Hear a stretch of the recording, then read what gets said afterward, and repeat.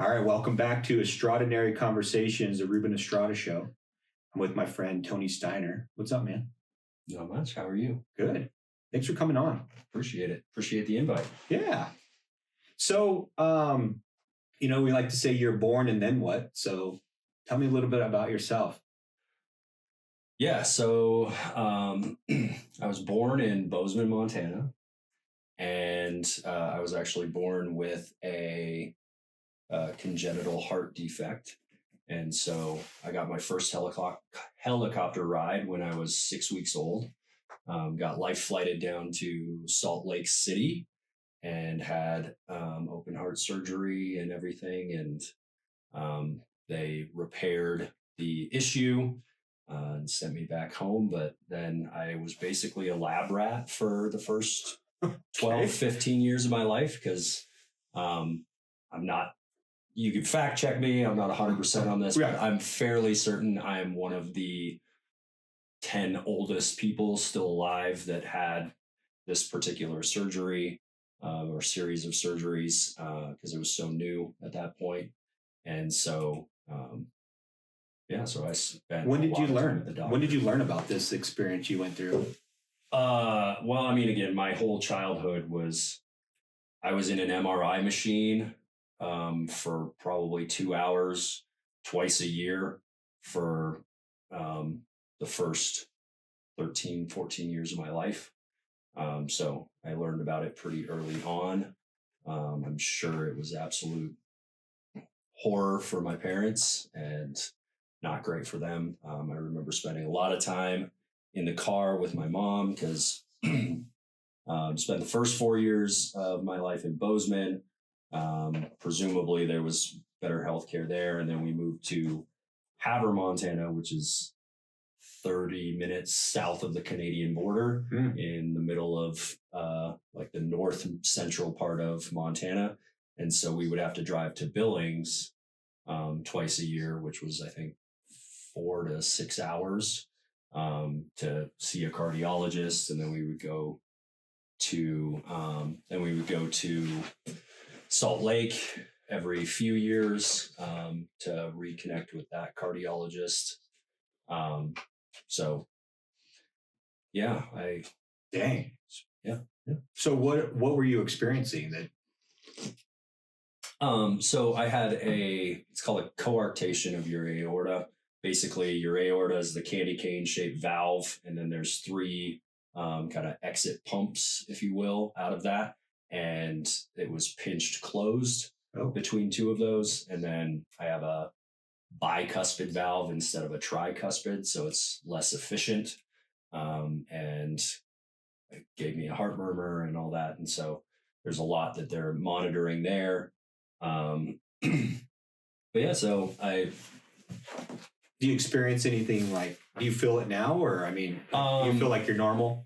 Yeah, I mean, I go every couple years and get like a full battery, stress test, EKG, echo, cardiogram, MRI, all of that stuff. I try to avoid it because frankly, like I have nightmares where I can still replay the exact sound of the MRI machine, because it was back in the early 90s. It was like a machine gun and terrifying as a kid because you didn't have headphones or music to listen to until I got older in there because it's just this giant magnet. And so they hadn't come up with the technology to make that kind of stuff work without metal in it. Dang. So as far as like me as a kid, I think if anything, it made me a better athlete because I worked harder to be, at the same level or better than the kids I was playing with. And I was a, polymath as far as athletics go. I played soccer, basketball, football, baseball, wrestled. I had to stop wrestling and I had to stop playing football because of the cardiology stuff. Because they, didn't want something to happen from an impact and tear that. So I loved sports, played all the time. I think it was probably really good for me Yeah. longevity wise because I have good, strong heart and lungs because of that. Let's see what else about childhood. So you lived in Montana. Do you love Montana? Like, did you love Montana? Yeah. Do you go back there a lot, or? We go back every couple years. I have one set of grandparents still alive. They live in Missoula, and we try to get back. It's tougher as the family's grown, as we'll probably talk about. But yeah, we plan to go up there this summer and do some time up in Glacier and Yellowstone and Missoula. But yeah, man, growing up in Havre, I was there until junior high, and it was amazing. It was like 12,000 people, 13,000 people. Yeah. And I remember like as a kid, I would get on my bike in the morning, ride to my buddy's house, pick up a buddy, ride to another buddy's house. And then we were just on our own the entire day. Like we would go wherever we wanted, do whatever we wanted. And the town was small enough that, like we could run down. I remember going to this like convenience store and buying candy all the time. And then that was probably 4 miles from my house. Right. And my parents and everybody's parents were kind of like, come back when the lights turn on, which another great thing about Montana is, or at least Havre, is because it was so far north, summers there, it's daylight from like 5 a.m. to 11 p.m. Oh, so wow. It's the lights didn't come on for a really, really, really long time. Yeah. Get a 15-hour day. Yeah. And then in the winter, obviously that flips. So you get a really short day, which I never cared about. I didn't notice it, but I have had conversations with my mom about like, she's like, I could never live there just purely because you get 5-6 hours of daylight during this time of year. Right. So it was, that really weighed on her as a, mom and stuff, having us in the house all the time, but I never noticed it as a kid. So did you finish high school there, or did you move before? No. Moved to my dad got relocated to Gillette, Wyoming when I was in 8th grade. So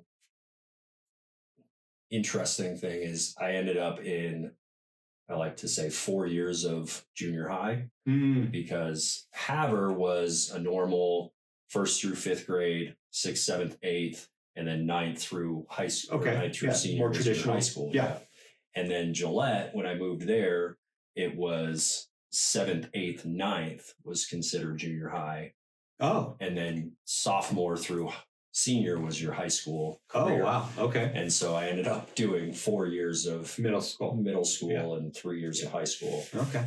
Which didn't help me out from a grades perspective because just mentally as a 9th grader, I didn't put it together that was actually going on my high school record. Because you're like, I'm still in junior high or middle school. Exactly. Yeah. Doesn't count. So it didn't click in my brain. But yeah, moved to Gillette and really enjoyed it. Another fairly small 30,000 whatever people, get from one end to the other in 15, 20 minutes. Yeah. Which was great, and made a lot of really good friends there and enjoyed it. My parents still live there. I haven't been back in probably 6-7 years. So you didn't go to the University of Wyoming? That's where I ended up graduating. Oh, okay. Actually. And so I played lots of sports. In high school, I narrowed down to soccer and baseball. Played for the high school team. And then they didn't have a high school baseball team. They had American Legion. So summer ball, and played summer ball throughout high school there. And then ended up getting a scholarship to a school in Kansas called Tabor College. And were you popular in high school? Yeah, that's an interesting question. So yes and no. Like So I had one girlfriend for basically the entire duration of high school. Well, that's unique. Yeah. So, so obviously her and I and probably 3 or 4 core friends were in our friend group, and we hung out. And I like to describe my childhood or high school time as I could be a part of any group. Like I mentioned, I was fairly outgoing and engaging as a younger guy. And so, if you were in the athletic jock group, like obviously I could fit in that group, but I was not great friends with those guys. And so, I could fit in that group. And then there were the musicians and stuff, and I was in band and could fit into that group fairly well, but was not particularly close with any of them. And so pretty well rounded. So I just kind of floated, but never really got fully engaged or committed to any one friend group. Yeah. So, yeah. So I don't know if that's popular or not. I guess. No, I mean, were you like one of those kids that got into fights or anything, or you're just like pretty low key? No. I was, again. So I'm the youngest of 3, and I have 2 older sisters, and so, and then having that steady girlfriend and friend group. Candidly, like I was really on my own a lot in high school. Like my parents, I was an athlete, so I had my sports stuff, and then I was good in school, like A's and B's and whatnot. And so, my parents, and they knew where I was going to be most of the time. And so they gave me a lot of freedom, which, I guess good or bad. Well, did you feel like you got in trouble or abused the freedom? No. And I think that's it is like it kind of, they're allowing me to just grow up, at that stage, kind of looking back at it, allowed me the opportunity to make wise decisions and learn how to problem solve and learn how to make those decisions on my own. Were your sisters about your same age? So were they kind of like always looking after you as well, or? No, definitely not. Okay. No, they're both, we're all within 5 years of each other. And yeah, we had a very tenuous relationship growing up. Like I remember getting in a fight with my sister and getting kneed in the face. I have a rule in my house as a parent now that my daughter loves long nails. And if she ever uses those as a weapon, we will cut them off, because I had a sister who loved long nails and she would dig them into my arm and stuff like that. I'm sure it's all very normal sibling stuff, but it left enough of a mark on me that. Well, you remember it very clearly. And you took it to your parenting. Yeah. So, And I've clipped my daughter's nails off once when she was like 8 or 9 and forgot the rule, and she suffered for it. But are you close now with your sister? I wouldn't say that I'm terribly close with my family. In general, like see them a couple times a year, probably. Talk to them on birthdays and Christmas and stuff. But you talk. It's not like you have. There's nothing combative at this point. It's all kind of, we've all kind of moved on and whatnot. It's just different life. They both of them had kids quite a bit younger, so they have quite a bit older kids. I think actually between the 2 of them, they have 3 kids, and they're all currently in college. Or just starting college, so they're quite a bit further ahead in life stage than we are at our house. Yeah. So Uncle Tony. Yeah. So you close to your nephews and nieces, or? Again, used to be pretty close with them. I keep in touch with them and, try to check in every few weeks. but they're all kind of figuring out their own lives at this point. Yeah. And what does it mean to be an adult? Yeah, I mean, by way of example, like in an attempt to bond and grow my relationship with, my oldest sister, so I changed schools every year for 4 years in college. On purpose? Yep, by design. Okay. And one of those was transferring out to the University of Minnesota in Minneapolis, because my sister and her growing family at that point was out in Winona, Minnesota, and it's a couple hours away. Like, she was getting ready to have her second child, and so I made the decision I'll go to this university in the hopes that I can come and visit and see you guys and do all that stuff. So trying to be engaged, I guess. Did it work out? Yeah. We I think I made it to Winona, I don't know, a few dozen times. Oh, okay. Over the course of the year, but yeah. And then, so on purpose, so what was your plan? Like, what was your... Yeah, so, okay, on purpose is, I guess, a misnomer. So, as I mentioned, went to Tabor College my freshman year, played baseball, had a fantastic season. Everything was going really well. I want to say it was the second to last game of the season. I'm playing second base, and pop fly goes up down the first base line. I go sprinting after it, looking over my shoulder, watching the ball, right? And my right fielder, who's coming in, right? He's 6'4", 230, like, and I'm 160 pounds soaking wet at that point in my life, doesn't say a thing and just runs me over. Tore my ACL, MCL, meniscus, all of that in one fell swoop. Ended the inning out on the field, and then I was done. And candidly, I didn't really enjoy that season all that much. And so it gave me an out, if you will. What, just didn't like the team, or you weren't performing? The team was fantastic.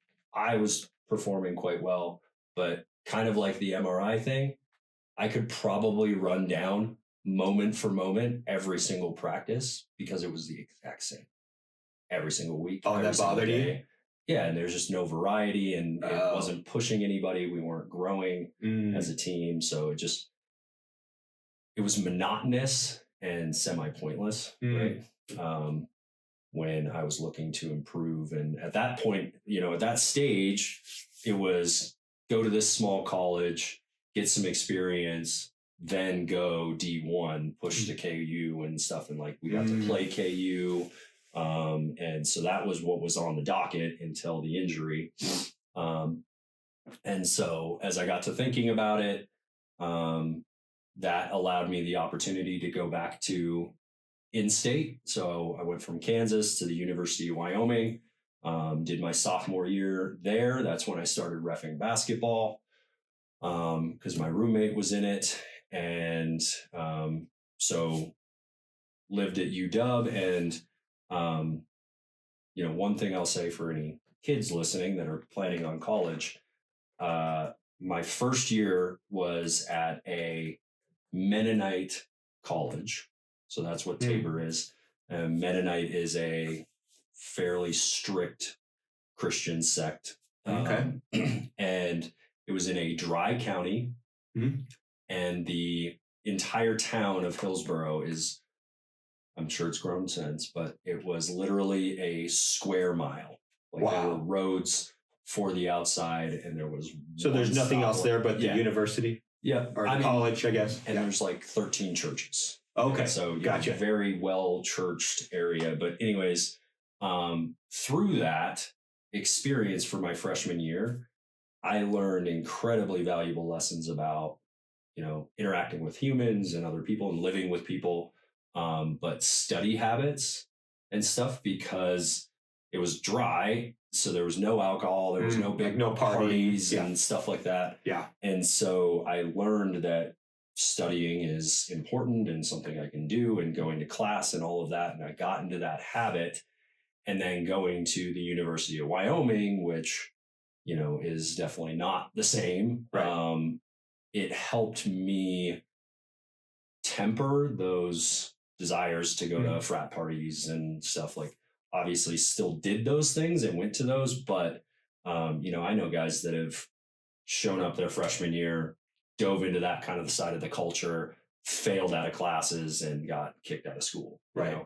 And so starting off in a smaller school or a community college type setting where I think you have the ability to really focus on the work that needs to be done, seems super valuable looking back at it.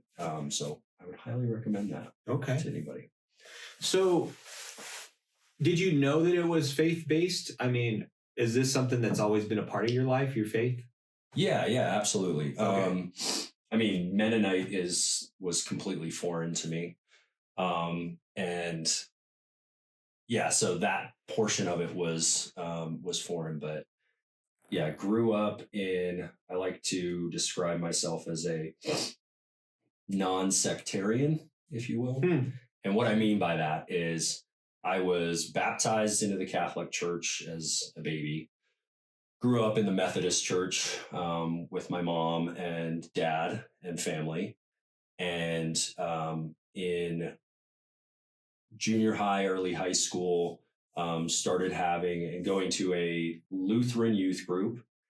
And then there was a amazing guy named Josh in this Berean church, and met up with him through one of my friends. He was in the youth group there, and I remember sitting down over numerous coffees with this guy and just peppering him with every question that I had about Jesus and about God, and he just had a biblical response or scripture-based response for every single one. And so junior year of high school, gave my life to the Lord at that point, and just started improving upon what was, I think, a decent start to a good wholesome life anyways, but improving upon that. And then so going to a Mennonite college was not, it wasn't a big deal. Wasn't a big deal. It's kind of natural. Right? I mean, it was very strange and strict in that, like, they had we called them quads. It was basically like castle moat style set of apartments that were the dorms for the guys. And then there was just this big empty space in the middle where we could hang out and do whatever. And then the girls had the exact same thing. And so there was completely separate dorms for guys and girls. They had visiting hours that were restricted to these windows. There was a saying, what was it, 4 on the floor and 1 in the door, meaning anytime you were in a girl's room, you had to have 4 feet on the floor and a shoe in the door at a minimum. So the door always had to be open. And so, it was quite strict from that perspective. And then it was just so much fun because the school itself was probably about the size of my high school graduating class, like 500-600 people. Very intimate. Total. Yeah. So you got to know everybody. All grade levels. And and because we were, kind of segregated by gender and stuff, we would play pranks on one another. Like very innocent. Kind of entertainment and recreation. Well, mostly. Okay. So what I will say is, like, just by way of example, one of the things that we did, this girl had this really nice like Jeep Wrangler, and so we jacked it up one night, put cinder blocks under each wheel so that the wheels were like a half an inch off the ground, so she couldn't tell. Right. And then put everything back down. And so when she tried to drive the next time, like, I remember she said she had to have the entire golf team like help lift the Jeep off of it. And I remember they filled up like 500 balloons and went and filled 3 or 4 of our dorm rooms. So we just had balloons everywhere. But then, and so we just kept kind of escalating. And at one point, the girls, during visiting, they came to like 6 or 7 of our different dorm rooms, took our keys, and then that night they stole all of our cars and parked them at different places around the campus. My Mustang, I had a white 95 Mustang. Ooh. It was parked in front of the cafeteria door. Wow. So as you can imagine, in a small town like Hillsborough, that drew a lot of attention. Yeah. We had all the cops in the town were there, and it was just hilarious looking back at it. But I mean, like Grand Theft Auto type stuff was thrown out as a potential punishment for this. Yeah. And, so, like you said, it was innocent, and, they didn't mean anything. They didn't actually steal the cars. They just moved them. Yeah. So, it was a ton of fun, and we had game nights, and, I had one of my roommates, he was dating a girl that went to KU. And so like he and I would make road trips up to KU. We would go into Wichita and go clubbing, which was a super fun thing at that stage in the early 2000s. I don't know if that's still a thing that people do, but But were you like, was that foreign to you, like being outside of that structure and going to something that's not so structured? Did you find like, oh dang, I really am like under like I'm really in a strict area and I really prefer this clubbing scene, more freedom? Or did you find comfort in having the structure? Yeah, no, I think they both were fine and served their purpose in that getting to leave town and go to the, cities, go to Wichita, go to Lawrence, catch a football game or whatever, like those opportunities and freedoms were really fantastic. Okay. But had I never left campus, I don't think I would have really noticed the restrictions and stuff. Sometimes it would even be, let's just grab a few trucks and go drive into a cornfield somewhere and hang out for the night.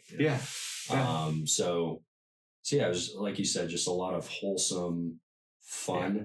And again, to drive that point home, like it allowed me the opportunity to still get to do and live this college experience, but do so in a way that was healthy and productive. And I still learned to actually focus on school and do my work, which I think ultimately led to my ability to still graduate in 4 years while changing schools. Because, I went to the University of Wyoming and was planning to do a semester abroad. Because that's another thing I think would be an incredible opportunity for anybody that's, looking into it.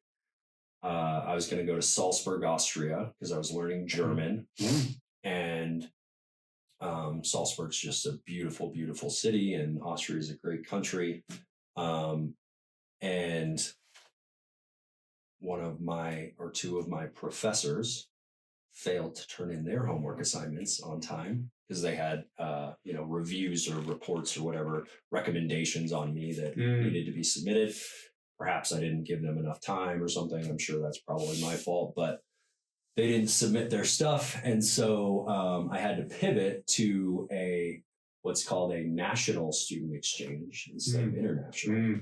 And so that's, why I got to thinking about going to see my sister in Winona, and was able to go to the University of Minnesota, which, again, not sure where it's at now, but at the time I got into the Carlson School of Business, which is probably one of the top 5 business schools in the country. Wow. And got to go there and enjoy and experience that while paying in-state at Wyoming, which was pretty incredible. I went from 500 people in my first year of college to 12,000 in, the University of Wyoming to 35,000 at the University of Minnesota. Wow. Like, it's one of the largest schools in the country. And so that experience, making friends was a lot harder I found that I had to be engaged in something in order to find friends. And so how that manifested itself is I joined the sports marketing team, which was super cool. That meant I got to be like, I was one of the guys, You get those sideline patches. Yeah, badges, and you're like, I can go anywhere. And I was one of the guys like bringing fans down out of the stands to shoot a half court shot or whatever. Oh, cool. And at the university, I got to be on the field for football games, on the court for basketball games, ice hockey. We were there, selling T-shirts and shooting T-shirts out of cannons and stuff. Got to go to gymnastics and baseball.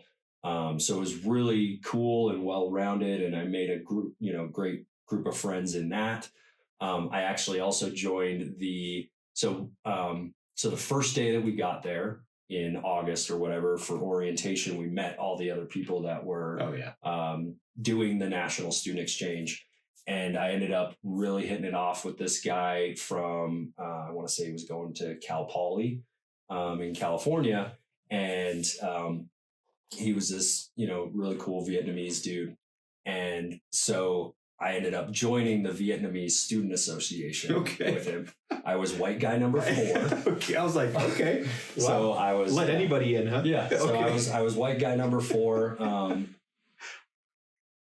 And that ended up being really cool, just learning, about their culture and how they do things. And we got to make, dumplings one night, like fresh homemade dumplings. We did that as a group. And, I would meet up with them. They ended up being probably my closest friends. And I would meet up with them constantly. And then I also joined this thing called Leader Quest, which was this group of kids who were trying to learn and drive and figure out leadership and what that looks like. And so it ended up being, at the University of Minnesota with 30,000+ kids, it ended up being this really multinational group of people and foreign exchange students and all this really eclectic group. Wow. And so it was super fun spending a lot of time with them. And we had really good leadership that kind of took us through. It was basically like another class that we would go through. And then at the end of that, we had kind of a project. We broke into smaller groups and we had a group project that we had to do. And so the University of Minnesota is like a block away from this thing called the Stacks. And it's basically this ghetto of, 2 or 3 or 4 20, 30-story buildings that are just worn down, vacant, trash. Yeah. Not an eyesore. Not vacant, but like low income. Okay. All these kids. And then there was a rec center or a community center specifically for them and stuff. And so what me and my group did is we saw this as an opportunity to go into that community, and we did a ton of research on like scholarships and FAFSA and financial aid and how to maybe create an opportunity for these kids who are literally blocks from this university that is so far out of reach for them that it's just not a possibility, right? And so what we did is we coordinated with the community center and came in and did like 2 or 3 days where people could come in and we would talk them through like, what is going to college? What is applying for college? What is applying for financial aid and all of that stuff look like? And so I remember that just being a really fulfilling exercise. I have no idea if any of those kids ever found a way out. What did you learn from that experience? I learned a ton about financial aid. I'm sure all of it's irrelevant at this point. So did you learn anything about the cultures in those areas and those communities? Yeah. So there was a pretty heavy, I want to say, I could be getting this wrong, but like Ethiopian. Oh, really? Okay. Let's just say the continent of Africa. And then Minneapolis in general if I'm not mistaken, is one of the highest Vietnamese populations in the country. Because during the Vietnamese War, that's where they would have these internment camps and stuff. So all of those, a lot of those people stayed in Minneapolis. And so that's probably part of why there's the Vietnamese Student Association, and it was so big and prevalent on the university. But yeah, so it was a really eye-opening opportunity and place for culture. I ended up getting, as part of that Leader Quest thing, it's just coming to me, I got to be I was mentored by, at the time, he was the chief marketing officer of Best Buy. Best Buy is headquartered there. There's a lot of headquarters for major corporations in Minneapolis, or in Minnesota in general. And so that was invaluable, right? Getting to spend time with this guy. And what did you ask him? And learn from it. Oh, I don't remember. But I mean, are you still in contact with him? I haven't spoken to him in years, but yeah, I mean, that was definitely a relationship that I cultivated and managed for long after I graduated, or long after I left. Probably a good 10, 15 years, we were still in communication. But that was, I mean, my life and my goals were in that marketing realm, right? Is where I wanted to be. My life hasn't gone that direction, so it's been less relevant. But yeah, I mean, I remember eating dinner at his house and hanging out with his family and stuff. So it was an incredible opportunity. And years after graduating, going back and hanging out with him again, meeting up with him specifically. So invaluable relationship. Do you stay in touch with any of those folks from college? Not as much as I used to. Do you regret that? I have kind of come to the conclusion that relationships are all about shared experiences, right?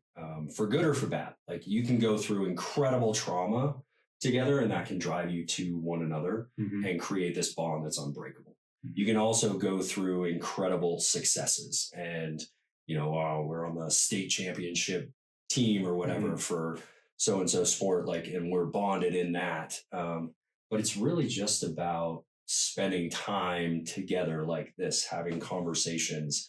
And so with that comes, I think, seasonal ebbs and flows, or relational ebbs and flows, right? Like, there's college and there's those relationships within and beyond college that are incredibly formative and valuable for that time. But they're not relevant outside of that, maybe. But yeah, we've all moved on in our lives. And again, that kind of shared experience has dwindled over time to the point that, I could absolutely reconnect with them. But I have 4 kids that are in elementary to high school, and they may not even be married yet, or they may be on their 3rd marriage. Our life stages are, have really deviated, or potentially so you've lost things in common, basically. Yeah. And so it's not, but that doesn't dwindle or minimize the value of those relationships. It's just, and my love for those people, right? It's just that now I have different relationships. I have, other contacts in my life that require or deserve priority, attention, and priority. Yeah. Do you think it's hard to have a relationship with you? Because I'll tell you, because we just met. We've known each other for a while now, for a few years, but the last year, we've connected more, right? And it was like, I was talking to you before this. I was like, you're a hard read. Yeah. I don't know. Does Tony like me? Does he like spending time with me? Does he even want to talk to me? Do you ever get that feedback? Yeah. Well, on the record, I like you. Okay. Great. Yeah. So it's funny you mentioned that because my wife will wholeheartedly agree that, especially with, so let's say like couple relationships where, you know, she's friends with the wife and like, therefore I'm friends with the husband. She ends up playing a lot of like backroom politics to try to cover my ass. Oh, wow. Meaning when you first meet me, and I think I've also gotten more curmudgeon-y in my age, like I am, people think of me as a not entirely nice or great person just because I think mainly because I am blunt. I'm also sarcastic, and to the earlier discussion, like I have a fairly full life, and like if we're not instantly clicking or there's not something together, the shared experience that we can drive toward and build that relationship, you're not going to invest a lot of time into it. I'm very selective about where I want to spend my time, I guess is what I would say. And so that comes off. I don't do a very good job of managing that. Yeah. And so a lot of times I hear that people don't like me when they first meet me. And then over time, you know, I either wear them down or. Does it bother you? Yeah, again, like I'm sure it used to, but it doesn't now. You're just like, they like me. They like me. If not, yeah, oh well. It's not about me, really. It's about, yeah. I mean, it doesn't really bother me, which really bothers my wife, I think, because she's an absolute people pleaser and just wants to make everybody happy, and so. So how did you guys connect? Yeah, so she's like really social, bubbly, gets along with everybody. No, she is. So historically, again, this has changed as I've gotten older, but historically I was the very outgoing, extroverted one, and she's introverted. Yeah. Like she does not get her energy from being in large groups. Just quick anecdote, like she was on staff at Flatirons Church for 5 years, and every weekend she was in the kids ministry. So obviously she's on all the time and interacting with parents and kids and volunteers and stuff. And she would come home just absolutely exhausted. Right. And we would, because that's not her personality. Right. And so I would have to give her downtime to just lay in bed and read and rest and decompress. Yeah. So we're actually, I think I've become a lot more introverted and she's become, you know, more extroverted as we've gotten older. But rewinding all the way back to us, if you want. So I mentioned that girl that I dated for 3.5 years in college, or in high school rather. So try to follow me on this.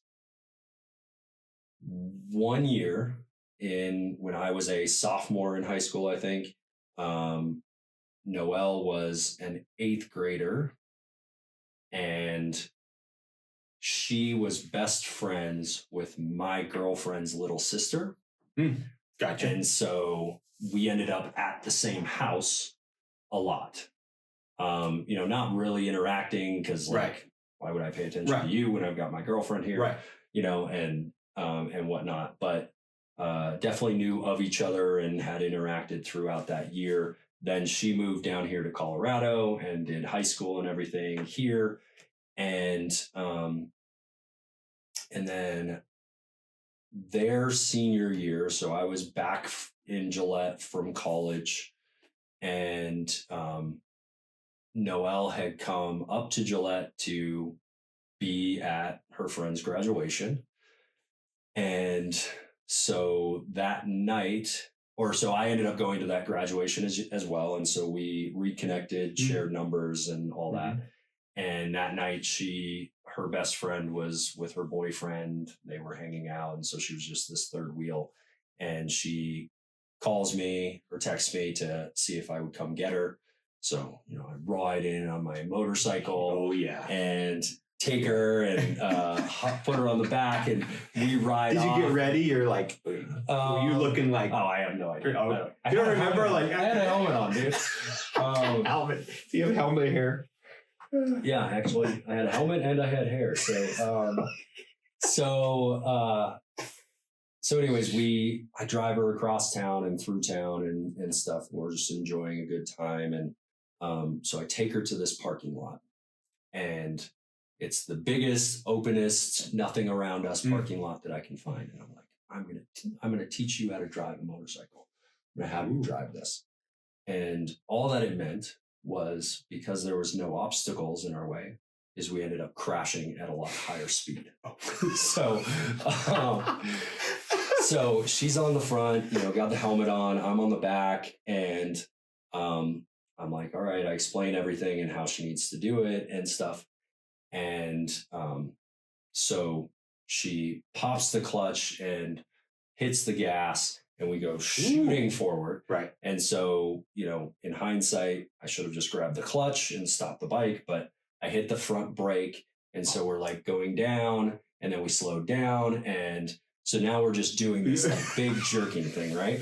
And then she turns, and we head straight into this chain link fence. And we hit this chain link fence at like 35 miles an hour or something. Like good that we're not dead. Like I remember grabbing her right before we hit the fence and like pulling her off the bike. And if you, her helmet, from the visor to the top center, it was a black helmet. It was completely white because it had scraped against the fence. And could have killed her. Yeah. If she hadn't had the helmet on, 100%. Yeah. Like I have a scar on my shin from my leg going into the foot peg on the bike. She had bruises all over. So her first time meeting my parents was me calling my mom to be like, hey, we just crashed a motorcycle. Can you come and pick this girl up? I'm going to try to drive the bike home. So the bike was still rideable. I could turn left on a dime. I couldn't turn right to save my life because the whole front wheel had just gone and gotten twisted sideways. It makes for a great first date. Yeah. It's awesome. So that was our first date-ish. And so she went off to college, or went to college, and at CU, and then I was at Wyoming, and then Minneapolis, and then we're dating other people, and it never really worked out, but God just kept bringing us back together. And then senior year, or at the end of my junior year at Minnesota, we kind of reconnected, and we both ended up being single at that point. And so we made plans to meet up over the summer. And a buddy of mine and I were going to go climb Pikes Peak, and she lived in Parker. And so our first real date was going to a park down in Parker and just having a picnic and having whatever. But then me going back and spending the night at her house with her, like at her parents' house, because that's where she was at, and they had an extra room, and my buddy hadn't come down yet. And just worked out that way. Yeah. And so that was my first introduction, was spending the night with that family, which, now 20 years later, it's been amazing. But and so we went and climbed the 14er, and then came back and spent another couple days with them, her and a few of her friends. And I distinctly remember on the drive home looking to my buddy and being like, I'm going to marry that girl. Wow. How'd you know? I don't know. She's just an incredible woman, like has an amazing personality, is really secure and understands herself in the Lord. And so, us being able to chase after that kind of in tandem has been really pivotal to our marriage in general. But yeah, man, she was just beautiful and funny and kind, and I don't know, I just knew, like, Wow. I was like, I'm going to marry that girl. And then 13 months later, we were engaged and married shortly after that. Yeah. So, how many kids do you have? 4? Yeah, we have 4 kids, and 2 of them are 2 bio kids, I guess, as we say, and then 2 adopted out of foster care.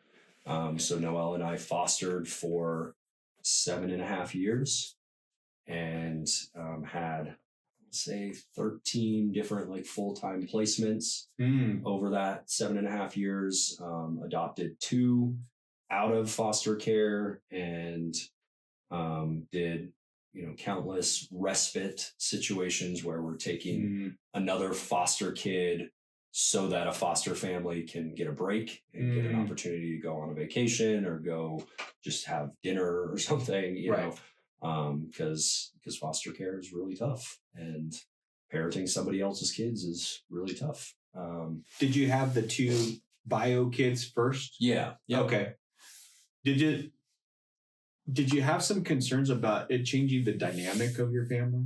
Absolutely. Yeah. So when you become a foster parent, you have to go through a significant amount of training and stuff to get your certification, which, sidebar, blows my mind why somebody would sign up to be a foster care parent and then be a jerk and like be a horrible person to those kids. It happens way more than, I mean, that's what I think people put on as the stigma of foster care. Sure. Is that all the foster parents are these horrible people. Right. To me, it would never be worth it. Like you get like the process $20 a day to take care of this other person. Yeah. And it's like, why would I go? I went, I mean, it was 48 hours of training just to get certified. And then you have to do continuous training over the course of the year, like 24 hours a year of additional training and stuff. So how it doesn't come out of love, like, it's not, the economics don't make sense.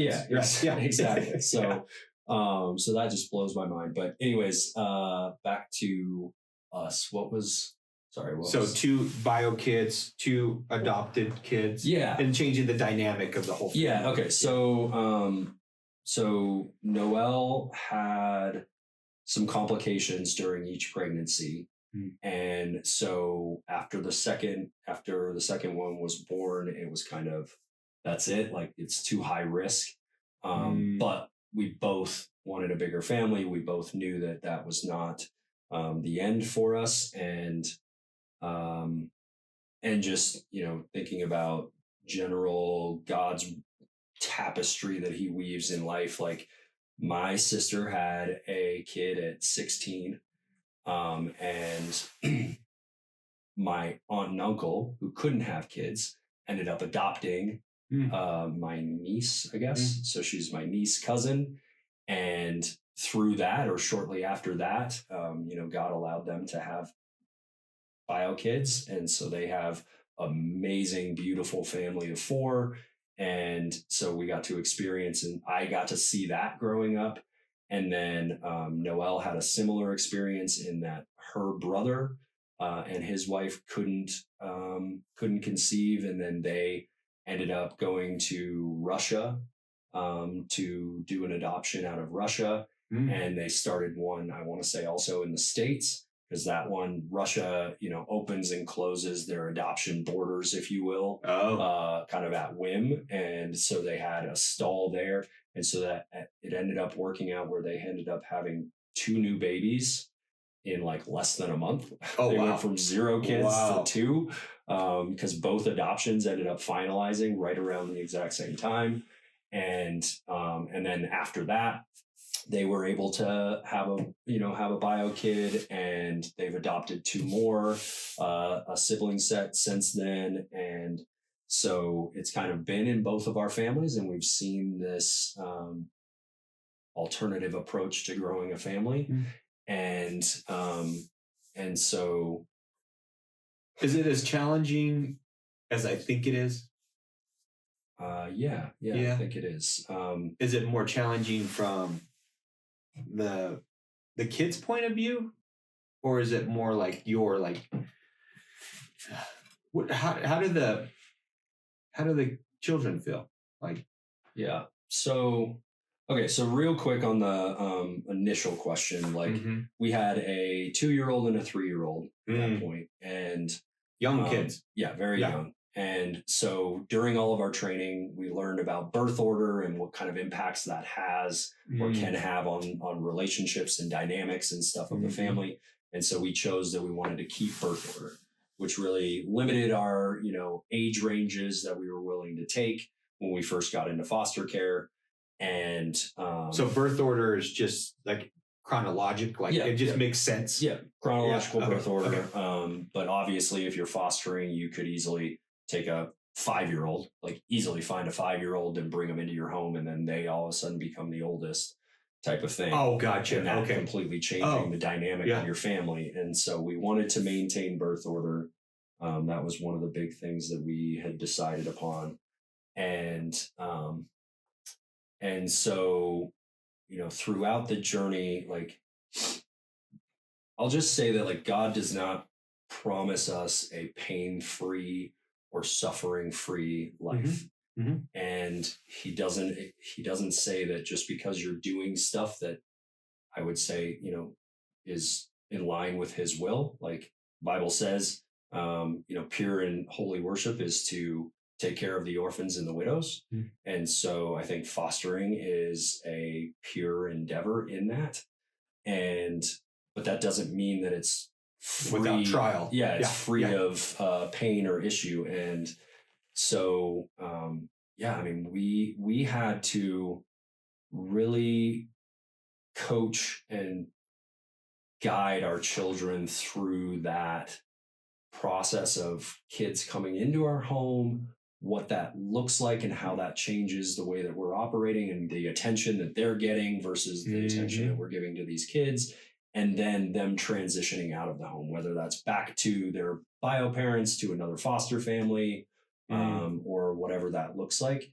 There's trauma that comes along with those separations, right? Sure. And so, we had to navigate that with our kids from a very young age. I think part of the reason why we started at such a young age with them is because I hope that in general that's easier, right? Like that they don't know any That's better. all they know. Yeah, that's all that they know. And so it's less of an overall issue. But yeah, there's definitely trauma with that. I will say that there's trauma from the placements themselves because those kids have endured potentially horrible things that are like way beyond anything that I've experienced in my, time on this earth. And they're 6 and they've already experienced more than me. Right. Yeah. And so that trauma, they don't know how to understand it or control it or anything. And so that falls on everybody else. Right. And so we have a lot of healing and lingering secondary trauma, if you will, that our family has had to walk through and support our kids. And then obviously, over the course of the 7 years, we also adopted 2 kids out of foster care. And so that's a continuous, one change of our family dynamic and dealing with the residual effects of their trauma that they experienced before they came to be with us. And we're still, we still interact with the bio families in some capacity. And so there's managing expectations and all of that and whatever comes along with that. So, wow. Yes. Well, now I understand that you don't have a lot of time to be spending with other relationships that aren't as meaningful to you than that. Yeah. It's a lot. It's a full plate.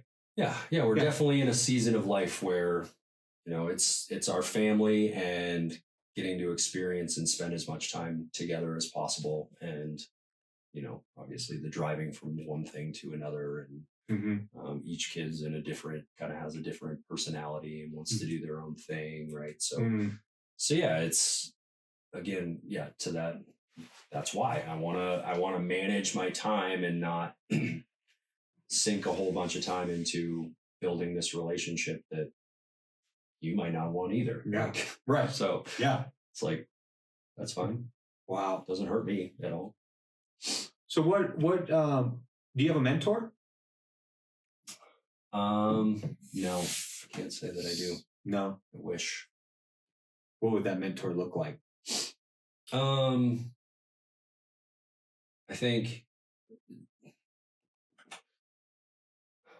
so I would say that I have a group of men that I'm close with and a couple different groups of men at this point that I do Bible studies and try to, grow in the Lord and in our walks, and be better husbands and fathers and all of that. So I think from that perspective, I'm in a good, solid position.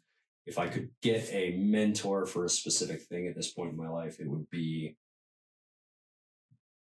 business or real estate or, income generation, because I don't want to work for, 40 years and then just be done and have my 401k or whatever. Like, I think that's totally fine. And the slow and steady is absolutely something that I'm doing. But I'm always interested in, what is the best ROI or way to currently invest my money, to see. Have you found anything that's interesting? I think that's part of the problem is so many things, right? Like real estate, I have, we kept our very first house.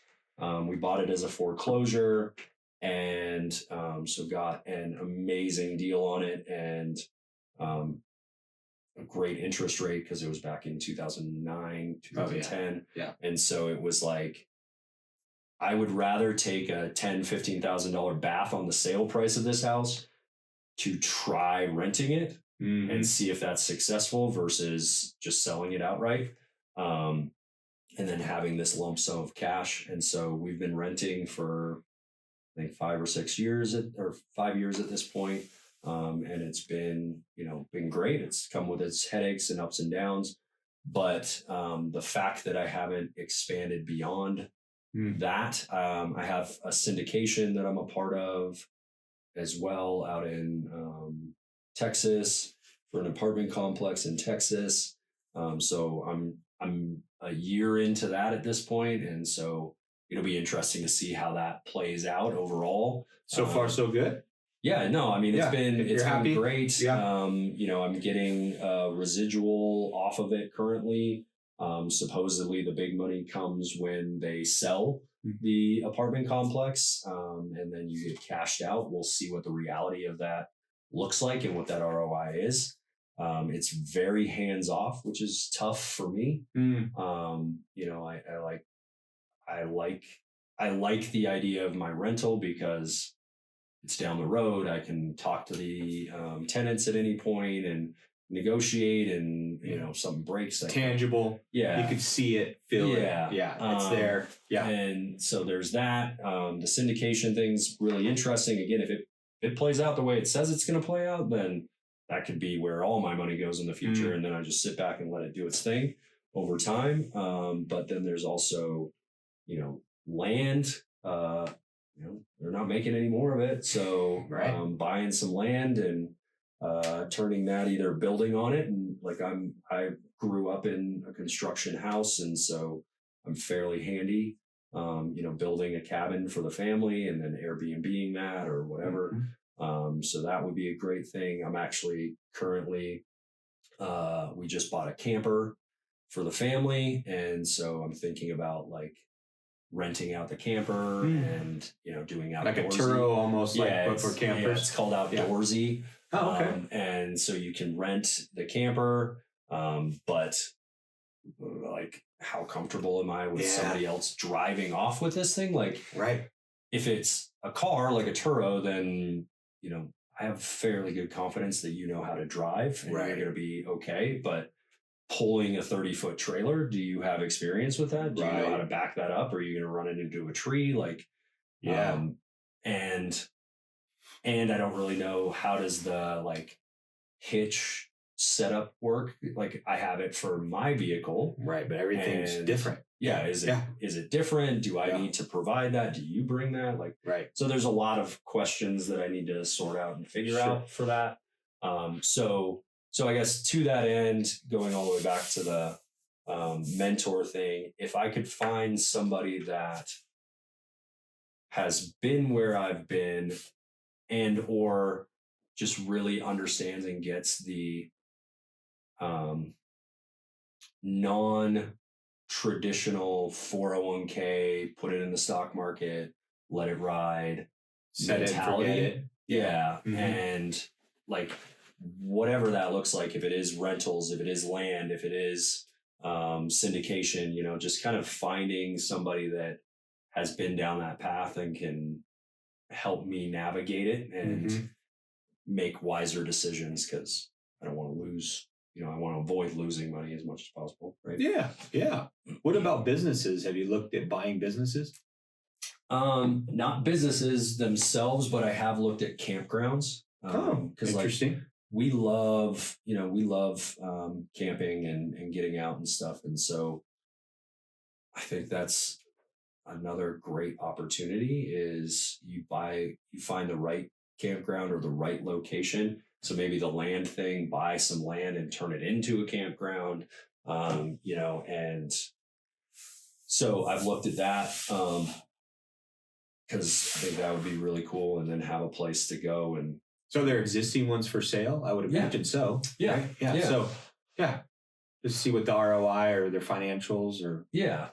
So that's pretty cool. Yeah. So that would be another, like, again, there's just so many viable options. Right. And storage, right? Storage units. Like my wife's a photographer, and we shot a wedding years back for a couple that we know, and the incoming husband's family, I may be getting this wrong, but he got started in like the 70s or 80s, and he built like 1 or 2 storage units up in like the Vale and Aspen area. Yeah. He's retired. Yeah. Like, and not a bad area to build in. Yeah. Not a terrible investment overall. So 40 years later, like, I mean, he's cleaning house on just these storage units. Right. And, so, you know, is that the right way? Yeah.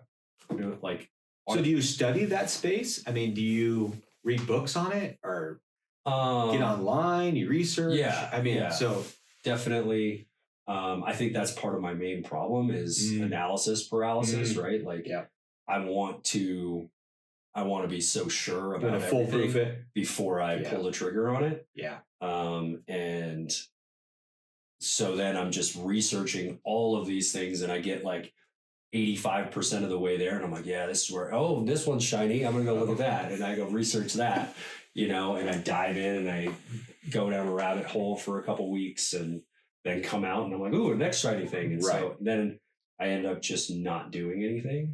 And that's my biggest problem. Yeah. So maybe just getting some clarity around, all right, if I say yes to this thing, then I need to say no to everything else. Yeah. And just have that clear filter. Yeah. Which I think is there. I think you're built that way. Yeah. So we just got, if you look at your relationships, right? It's very easy for you to say no. Yeah. Like, sorry, that's not my priority right here.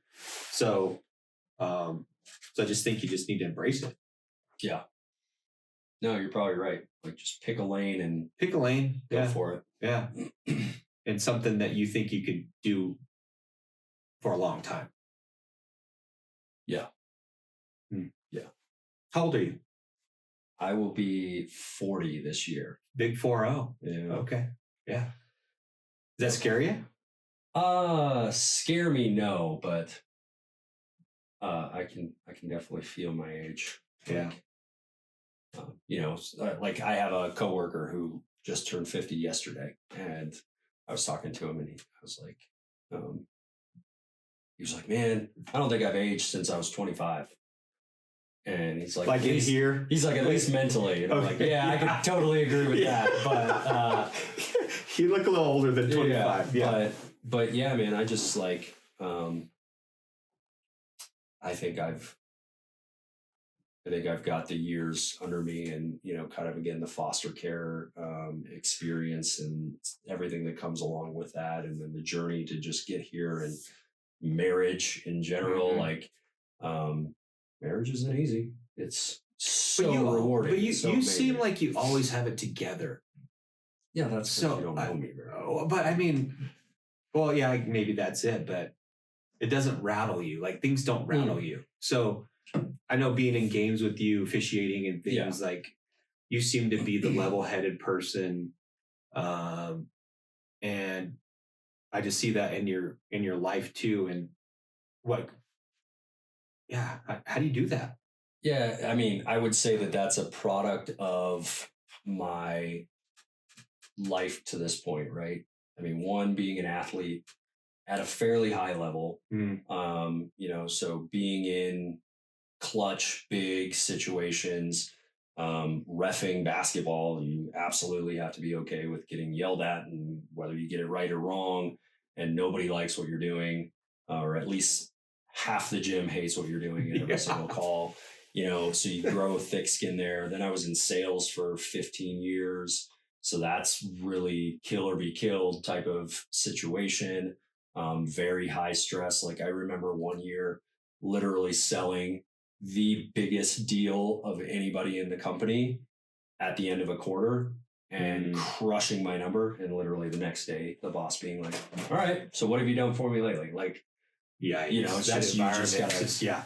And so I think from all of that and then fostering and just the chaos that comes with, with that and taking care of kids in general, like I think I've really slid towards this kind of stoic approach to life. Like nothing really, there's not really these highs and lows. Like you could put me in an absolutely horrible experience and I'm going to feel it inside, but like, you're not going to know, so, and I mean, ultimately I know where I'm going. So it doesn't really matter what happens between here and heaven, like covered, Yeah. So I think that is probably what you're seeing is this more stoic, level-headed approach to life, which has its positives and negatives, right? I think also to the likability side of things, like I don't get overly excited, you know, like you might be completely jazzed about something and I'm having fun, I'm enjoying it, but like you can't tell. But I'm a hard How does that feel good for the other person? Yeah, exactly. It's like, because my wife says that about me too. It's like, are you having fun? Like, I can't tell, and that bothers me. Like, I can't show it, even though I am. It's like, I'm having a blast, but I don't know why you can't tell, So I don't know. I think that might also be a little bit of a general male trait, right? Is that like we are more wired towards the anger side of the spectrum than the joy side of the spectrum, and so those highs don't produce themselves as well as maybe lashing out at your kids and I'm going to flip to this anger side way faster than I'm going to flip to this joy side. I think generally that's probably more of a male design trait, Yeah. Do you think about, I know we don't have a lot of time. Do you think about legacy a lot? Like, what are your kids going to say about you when you're gone? Yeah and no. Like I try. So there's a couple things that I do as a parent that, like, I think that there are incredibly formative moments in your growth journey. And I try to make those as intentional as possible for my kids and make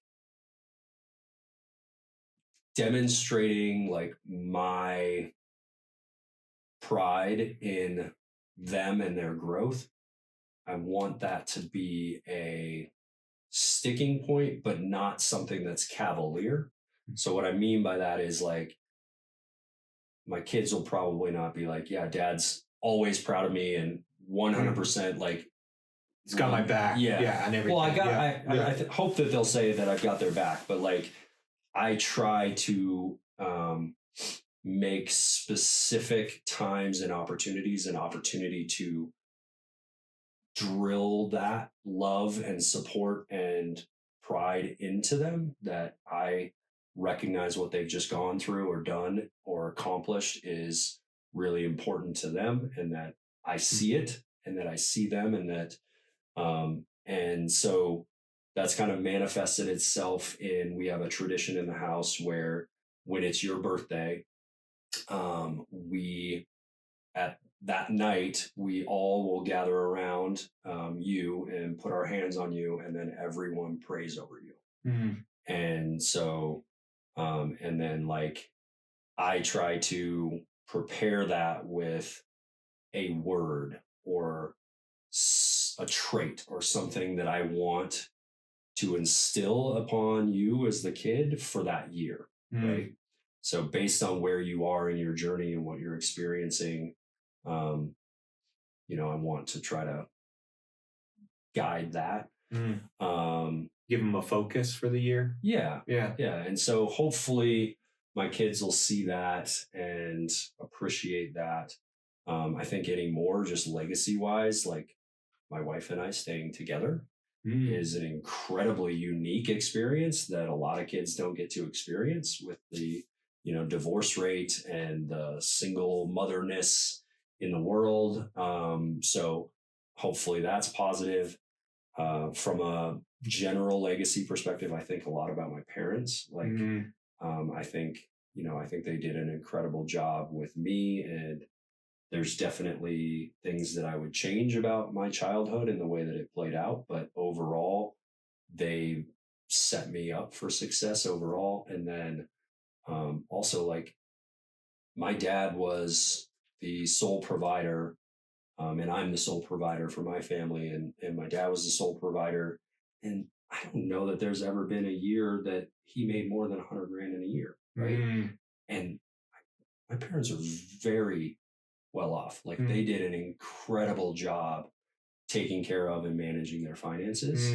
And so from a legacy perspective, I think like that's huge for me. And so also trying to instill that, an entrepreneurial and finance knowledgeable experience for my kids is really important.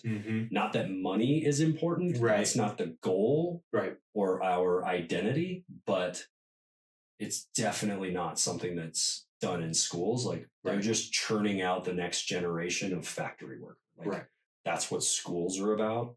And so, just trying to instill, like, my youngest daughter is super entrepreneurial, and it's really fun, like, to see her kind of play that out and try to foster that and grow that. Cause I mean, like, case in point, right? She got with a friend this last summer and they wanted to do a lemonade stand.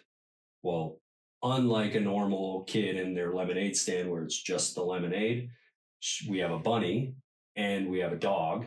And so she wanted to take the bunny and the dog and then was upcharging people for petting the bunny, petting the dog, feeding the bunny, holding the bunny. Like, she had different price points for each of those things. Like, she did an amazing job just kind of thinking out of the box and like, what do I have that's valuable, that is unique, that we can take to the market alongside, and attract people to it. And so, like, just fostering that and kind of maybe we need her on the podcast. That's really some lessons there. Really cool way of thinking about things. So wow, cool. So what's your biggest challenge this year? What is it? What's your trait that you're working on after the big 4-0 coming up?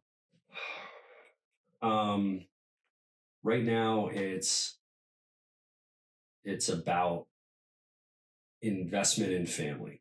Like, I just bought this camper and I still don't have a truck for it. So I have to buy this truck. So I am investing a lot of money into time with my family for the next few years, because I have a daughter that's in high school, one that's going to hit high school next year. And so I can just see our time together dwindling. And so that's really at this moment my challenge and focus. Like, I want this summer to be something that they talk about for the rest of their lives. Like, I want to be able to jump in the truck and we'll head to Tennessee, and it'll be a 3-week trip. And we're going to drive and take a few days or a week to get there, do a week there, or do a week on the way back, and like take different routes. And we'll go up to Missoula and spend time with my grandparents.